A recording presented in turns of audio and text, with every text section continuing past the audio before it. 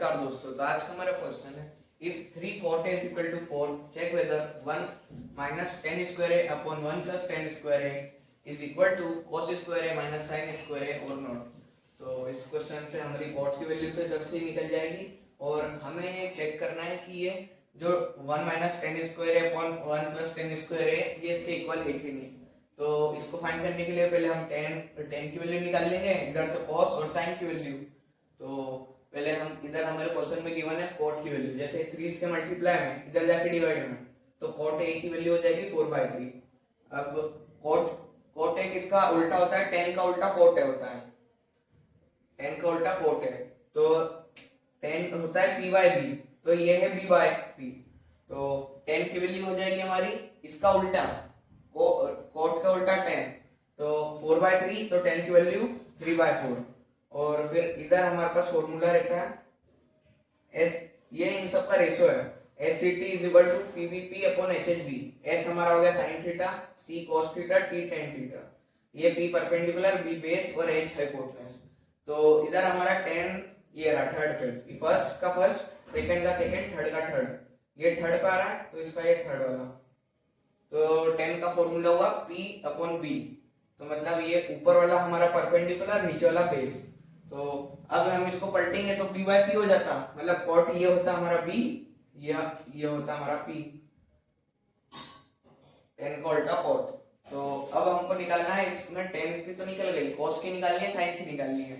sin की निकालने के लिए हमको हाइपोटेनस की जरूरत है और cos की निकालने के लिए भी हमें हाइपोटेनस की जरूरत है। तो उसको हम निकालेंगे पाइथागोरस थ्योरम से, जिसमें h² = p² + b²। अब हमारा h² मतलब हाइपोटेनस, तो वो हमको निकालना है। p हमारा अभी हमने देखा 3, हम इसके साथ k लेंगे, ये बेस की वैल्यू 4, इसके साथ भी k लेंगे। ऐसा हम इसलिए लेंगे क्योंकि ये इसमें रेशो में गिवन है, हमको ये एग्जैक्ट वैल्यू नहीं दी गई है। जैसे ये हो सकता था 16/20, ये फिर ये हो जाता 4/5। जैसे ये भी अब हमारे पास वैल्यू क्वेश्चन में ये दी गई थी, तो ये इसकी एग्जैक्ट वैल्यू नहीं है, ये इसको सिंपलीफाई करके दी गई है, तो ये इसके रेशो है, तो इसको हम k के साथ मान लेते हैं, जैसे 4/5k। अब इधर k की वैल्यू क्या हो जाएगी, जैसे 4 × 3 और 5 × 3, ऐसे 15 हो जाती। तो हमें ये मालूम नहीं है कि ये क्या वैल्यू है, तो ये हमको सिंपलीफाई करके भी दिए जा सकती है, तो हम इसके साथ k मान लेंगे। तो अब k को 3k² मतलब 9k² प्लस 16k², ये 25k²। अब इसको रूट से बाहर निकालेंगे तो 5k आ जाएगा, तो हमारी हाइपोटेनस 5k आ जाएगी। तो अब हम साइन और cos की वैल्यू निकाल लेंगे। साइन की वैल्यू निकालने के लिए पहले cos की निकाल लेते हैं। cos के लिए b/h, ये लिखा cos सेकंड पे, तो ये b/h। तो बेस है हमारा इधर से 4k और हाइपोटेनस 5k, तो k से k कट, तो cos की वैल्यू 4/5।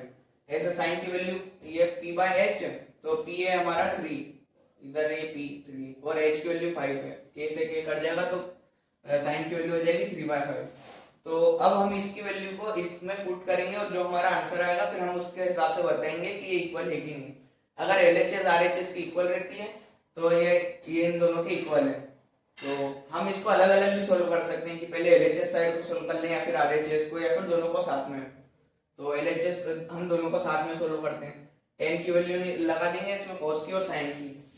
tan की है 3/4 और cos की है हमारी 4/5 और sin की है 3/5।